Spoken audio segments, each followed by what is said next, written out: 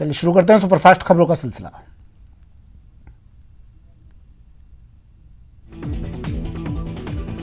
जयपुर में बीजेपी प्रदेश कार्य समिति की बैठक चल रही है। बैठक को संबोधित करते हुए पार्टी के राष्ट्रीय अध्यक्ष जेपी नड्डा ने एकजुट होकर पार्टी को मजबूत बनाने की अपील की। जेपी नड्डा ने कहा कि हमारी पार्टी कैडर बेस है और इसे मजबूती प्रदान करना हमारी प्राथमिकता है।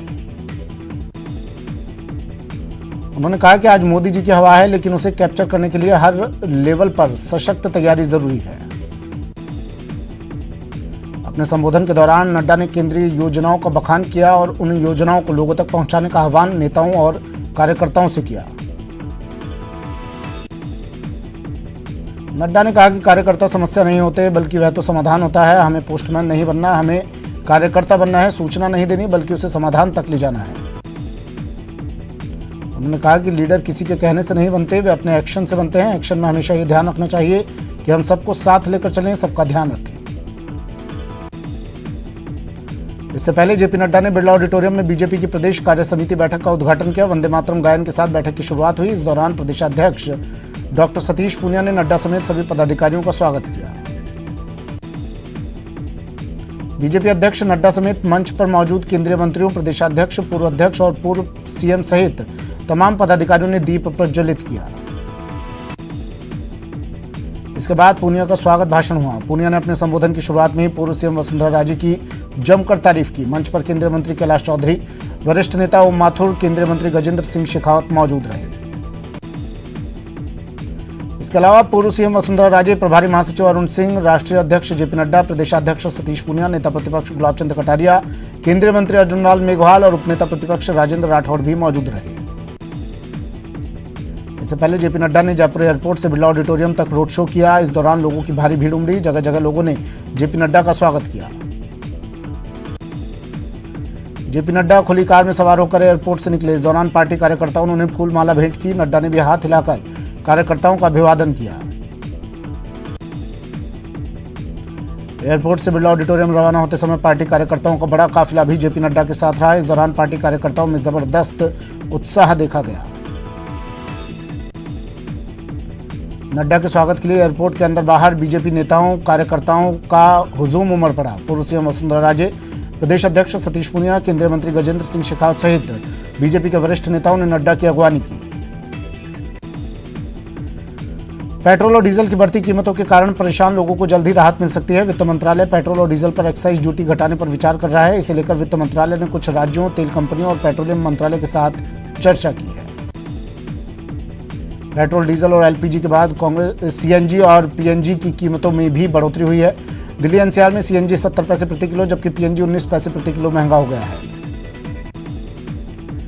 तेल और रसोई गैस की कीमतों में इजाफे के यूथ कांग्रेस ने प्रदेश के सभी जिलों में विरोध प्रदर्शन किए। जयपुर में अनूठा प्रदर्शन कर महंगाई के खिलाफ मोर्चा खोला गया। यूथ कांग्रेस ने बढ़ी कीमतें वापस लेने और आम आदमी को राहत देने की मांग की। मध्य प्रदेश के खंडवा से बीजेपी सांसद नंद कुमार सिंह चौहान का निधन हो गया। कोरोना पॉजिटिव होने के बाद उन्हें 5 फरवरी को गुरुग्राम के मेदांता अस्पताल में भर्ती कराया गया था, जहां उन्होंने अंतिम सांस ली।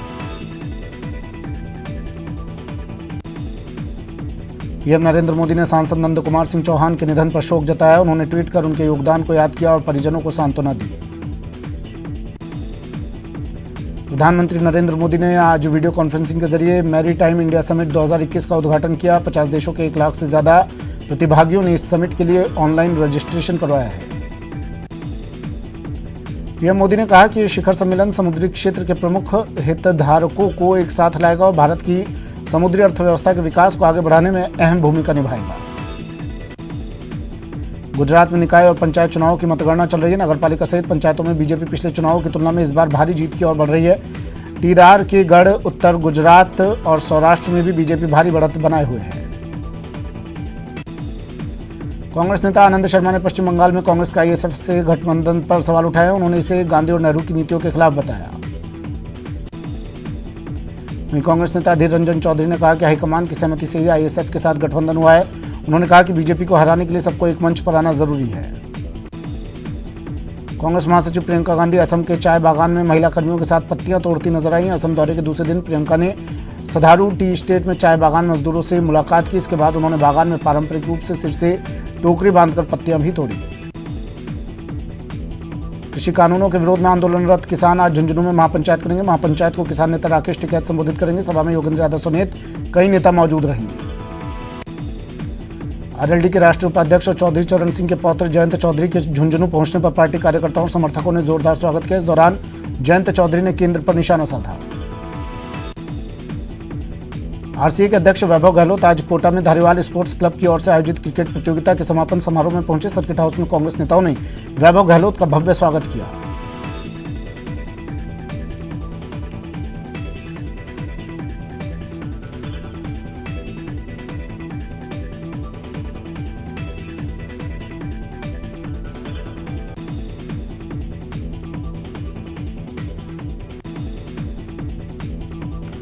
जयपुर के सोफिया स्कूल के बाहर बच्चों और अभिभावकों ने जोरदार हंगामा किया। उन्होंने कोरोना को लेकर ऑनलाइन परीक्षा करवाने की मांग की।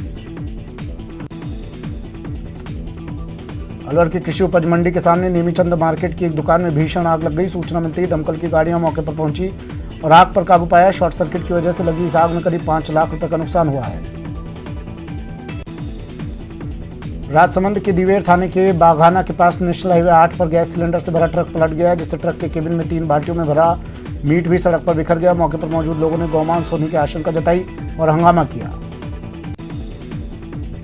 जोधपुर के सारण नगर इलाके में एक परिवार ने कलेक्ट्रेट पहुंचकर आत्मदाह करने की कोशिश की। दरअसल ये परिवार 5 लीटर पेट्रोल लेकर खुदकुशी करने के लिए कलेक्ट्रेट पहुंचा था, लेकिन पुलिस ने उनकी ये कोशिश नाकाम कर दी।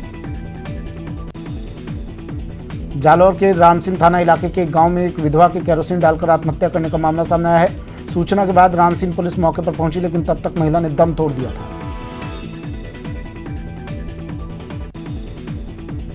महिला की नाबालिग बेटी का एक हफ्ते पहले कुछ लोगों ने शादी की नियत से अपहरण कर लिया।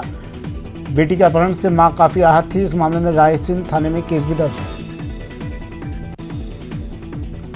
हनुमानगढ़ के भिरानी थाना क्षेत्र की 14 साल की एक लड़की ने 7 लोगों पर गैंगरेप का आरोप लगाया है। बता दें कि पीड़ित परिवार ने 1 फरवरी को नाबालिग के अपहरण का केस थाने में दर्ज करवाया था। परिवार को कुछ सामाजिक कार्यकर्ताओं ने मदद की पेशकश की। खुद को सोशल वर्कर्स बताने वाले इन लोगों ने लड़की की तलाश की और 6 फरवरी को उसे परिजनों को सौंप दिया। अब इन्हीं सोशल वर्कर्स पर गैंगरेप का आरोप लगा है। उदयपुर में 2 ज्वेलरी शॉप में ग्राहक बनकर आए बदमाशों ने झांसा देकर 4.25 तोला सोने की ज्वेलरी पर हाथ साफ कर दिया। बदमाशों की तस्वीर ज्वेलरी शॉप में लगी सीसीटीवी में कैद हो गई। भरतपुर के कामा कस्बे के नंद पेट्रोल पंप के पास चोरों ने दुकान से करीब 10,000 की नकदी सहित कई सामान चुरा लिए। पीड़ित दुकानदार राजू अरोड़ा ने केस दर्ज करवाया है। अजमेर के सिविल लाइन थाने में फ्रेंचाइजी देने के नाम पर एक महिला के साथ 12 लाख की धोखाधड़ी का मामला सामने आया है, जिसके बाद पुलिस ने लोगों के खिलाफ मामला दर्ज कर जांच शुरू कर दी है।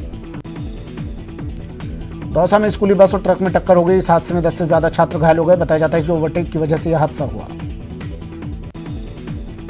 भरतपुर में सोंख के पास ओवरटेक करने की कोशिश में 2 बाइक्स की भिड़ंत हो गई। हादसे में एक बाइक सवार की मौके पर ही मौत हो गई, वहीं 2 की हालत गंभीर बताई जा रही है।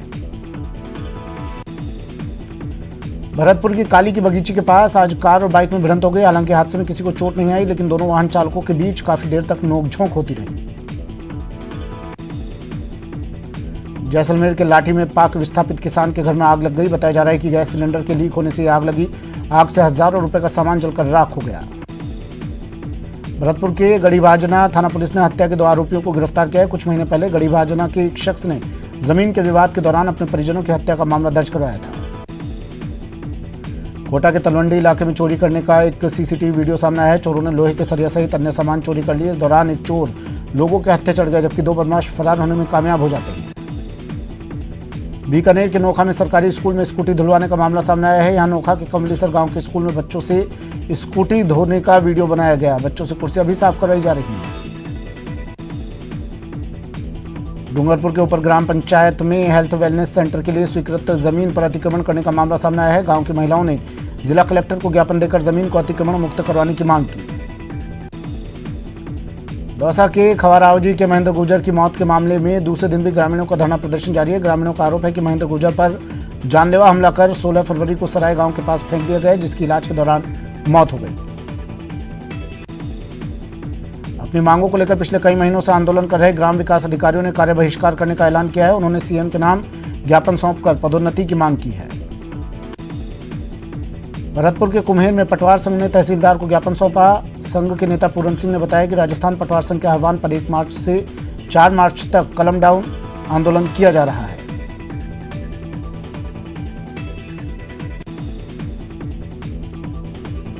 राजस्थान राज्य विधिक सेवा प्राधिकरण ने 12 जेल का निरीक्षण किया। इस दौरान पता चला कि 162 कैदियों की क्षमता वाली जेल में 262 से ज्यादा कैदी बंद हैं।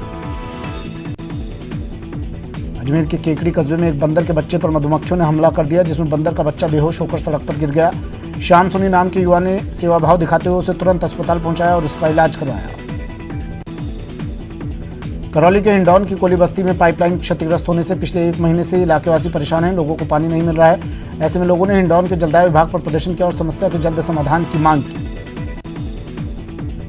कोटा शहरवासियों को बुधवार शाम से अकीलगढ़ वाटर फिल्टर प्लांट से पानी की सप्लाई नहीं मिलेगी। जरूरी मेंटेनेंस कार्यों के लिए 3 मार्च को शटडाउन किया जाएगा। इससे नए और पुराने कोटा शहर के कई इलाकों में पानी की सप्लाई बंद रहेगी। भरतपुर के नदबई में पूर्व सैनिक कल्याण और समस्या समाधान शिविर का आयोजन किया गया। बैठक की अध्यक्षता कर्नल KVS हैनवा ने की। भरतपुर के महाराजा सूरजमल ट्रेनिंग कॉलेज के संस्थापक महेंद्र सिंह की पुण्यतिथि पर 7 दिवसीय रंगारंग कार्यक्रम की शुरुआत हुई। कार्यक्रम में संभागीय आयुक्त प्रेमचंद बेरवाल ने भी शिरकत की। राज्य सरकार ने महाराष्ट्र और केरल से राजस्थान आने वाले यात्रियों के लिए कोरोना की नेगेटिव रिपोर्ट अनिवार्य कर दी है। अजमेर कलेक्टर ने भी इसे लेकर आदेश जारी कर दिए हैं। अजमेर में आज गुड टच बैड टच कार्यक्रम के तहत एक रैली का आयोजन किया गया। जिला कलेक्टर प्रकाश राज पुरोहित ने रैली को हरी झंडी दिखाकर रवाना किया। भरतपुर में देवेंद्र स्मृति न्यास मंडल ने स्वर्गीय देवेंद्र मित्तल की 8वीं पुण्यतिथि पर बच्चों को कपड़े और पाठ्य पुस्तक सामग्री वितरित की। अंतर्राष्ट्रीय संत कृष्णानंद महाराज ने पुष्कर में समाज कल्याण विभाग के वृद्धाश्रम में रहने वाले 13 संतों को 500 रुपए की पेंशन दी गई। साथ ही वृद्धाश्रम को 500 लीटर की पानी की टंकी भी भेंट की। पुष्कर के गनाहेड़ा ग्राम पंचायत में सरपंच संघ के प्रदेश अध्यक्ष बंशीधर गढ़वाल का माला और साफा पहनाकर स्वागत किया गया। इस मौके पर उन्होंने कहा कि 20 सूत्री मांगों के लिए 8 मार्च को मौन प्रदर्शन किया। गर्मी का मौसम शुरू होते ही अजमेर में बेजुबान पक्षियों की सेवा के लिए कई सामाजिक संस्थाएं आगे आने लगी। इसी कड़ी में सर्वधर्म एकता समिति ने पक्षियों के लिए परिंदा वितरण का कार्यक्रम आयोजित किया। बाड़मेर के करण जहांगीर ने अलवर में आयोजित 40वीं राज्य स्तरीय जूनियर पावर लिफ्टिंग प्रतियोगिता में 40 साल में पहली बार 59 किलो वेट कैटेगरी में गोल्ड मेडल दिलाया। देश में अब तक 1 करोड़ 47 लाख से ज्यादा कोरोना वैक्सीन डोज लग चुकी हैं। आज केंद्रीय मंत्रियों और सुप्रीम कोर्ट के जजों को वैक्सीन लगाई गई। चित्तौड़गढ़ के सांवलियाजी अस्पताल में कोरोना वैक्सीनेशन के तीसरे चरण की शुरुआत हुई। डॉक्टर MB बख्शी ने लोगों से बिना हिचक के वैक्सीन लगवाने की अपील की। भरतपुर के बयाना के CHC पर वरिष्ठ नागरिकों को कोरोना का टीका लगाया गया। वैक्सीनेशन को लेकर आमजन में खासा उत्साह दिखाई दिया। देश में पिछले 24 घंटे में कोरोना के 11,563 लोग कोरोना संक्रमित पाए गए, जिसके बाद मरीजों का आंकड़ा 1,11,23,000 के पार हो गया। वहीं पिछले 24 घंटे में कोरोना से 80 लोगों की मौत हो गई, जिसके बाद कोरोना से मौत का आंकड़ा 1,57,237 पर पहुंच गया है।